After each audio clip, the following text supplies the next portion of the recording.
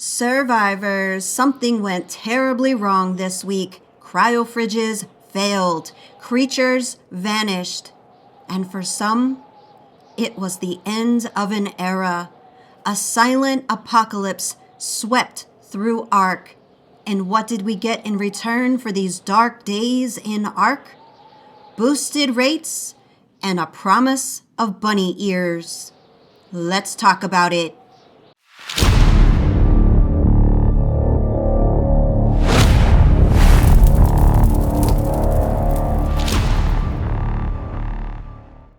Welcome and welcome back, survivors. It's your girl, Eggcellent Vix3n, and this is your No Fluff ARK news. So, this week's crunch wasn't just about bunnies, eggs, and pastel skins. Nope. For some players, it was a total loss. I didn't drop this video last night because many people on our official servers were impacted by this situation. And many of us have been coming together to help them, giving them dinos and eggs to try to get them back on their feet because they lost everything they have been working on for, let's say, the last year, gone, just like that. Now, before this announcement, I could feel something was off behind the scenes, and I'm going to show you what I saw on my official server. Look at this. I spotted this weird activity and I was like, what is this about? Like, what could be happening that would make somebody change their name like this? And at that point, I didn't know about this, right? But then when I found out, I was like, oh my goodness, it makes complete sense. So, Wildcard said this about the situation. A patch that went out today included a fix for cryofridges not updating their power state until opened. This was a devastating blow for people. And after talking to people across both of our servers, here's what we've pieced together. When people switched from the windmills, which they're basically useless now, going back to the generators, the cryofridges didn't update unless manually opened, so they didn't register. And so the problem is nobody knew this, so they didn't do it. So their pods just expired. Everything just went silently away. They lost, whole breeding lines, their boss tames, rare dinos, just gone. Like, the loss is massive and the players are devastated, and it's difficult because when you see that Wildcard literally admits it's their error, it just makes the pain go even deeper. But the damage is already done. And yes, they apologized. But does it change anything? No. And what did they give us to fix it? Boosted rates and a promise of an Easter-themed event. It's just painful across the board. And yes, they did, try to figure this out. They paused transfers briefly while they were considering a rollback. But unfortunately, the timing was terrible because the Astraeos transfers had just opened. So it was at an all-time high for transfers. So they decided a rollback would basically cause even more harm. So the people who lost everything, they just have to swallow that truth. And let's be real, right? We can look at this on both sides. There wasn't an easy answer no matter which direction they went. But for many, this was a silent extinction event. So did you get hit by this? Or do you know someone who did? Or have you been hearing about this in the official servers in chat?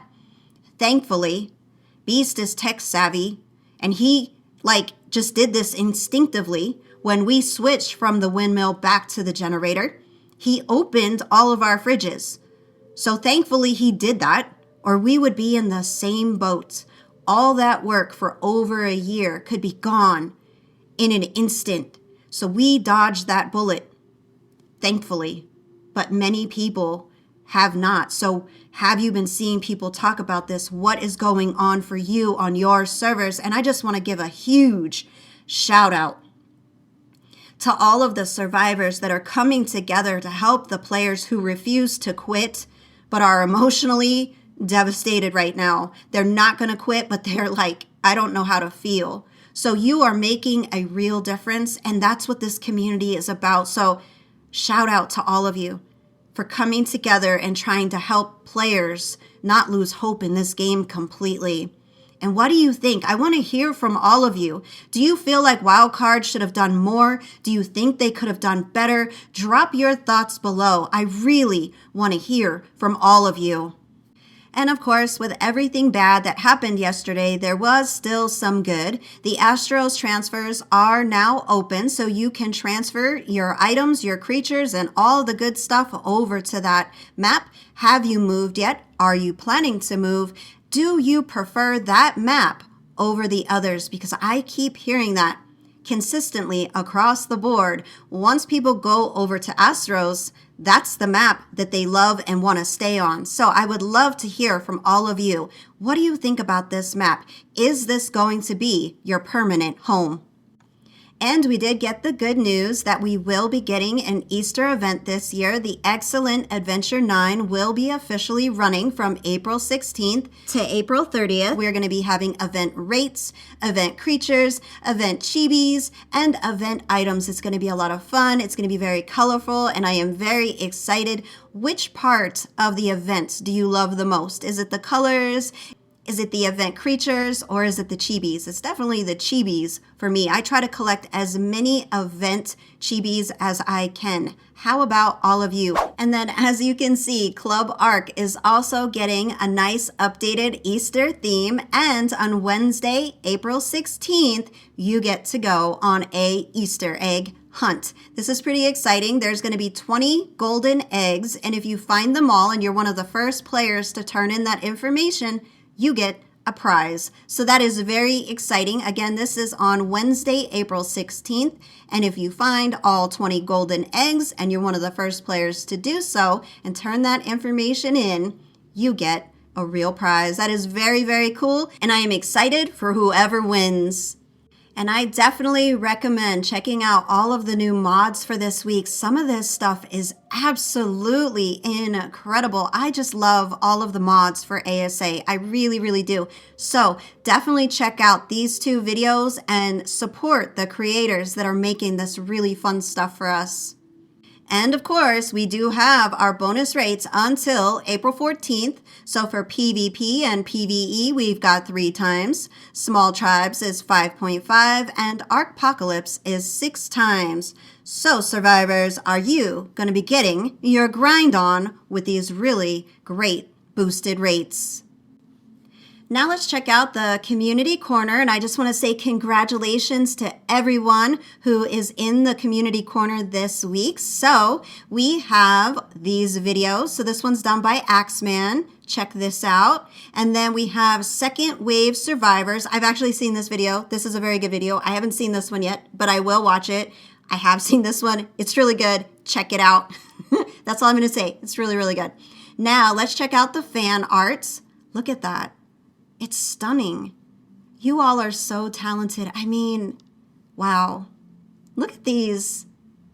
I absolutely love looking at this every single week just to see what everyone comes up with. Look at that. The talent, the creativity. It's so inspiring. And then the photo mode photos. Look at that. Congratulations to everyone who made it into the community crunch this week. You all did amazing work. So that's all I got for you, survivors. What do you think about everything that has happened? And do you think boosted rates and an Easter event make up for the loss? Definitely let me know what you think below. And don't forget to like, subscribe, share, and turn on your notifications so you don't miss the next No Fluff ARK news.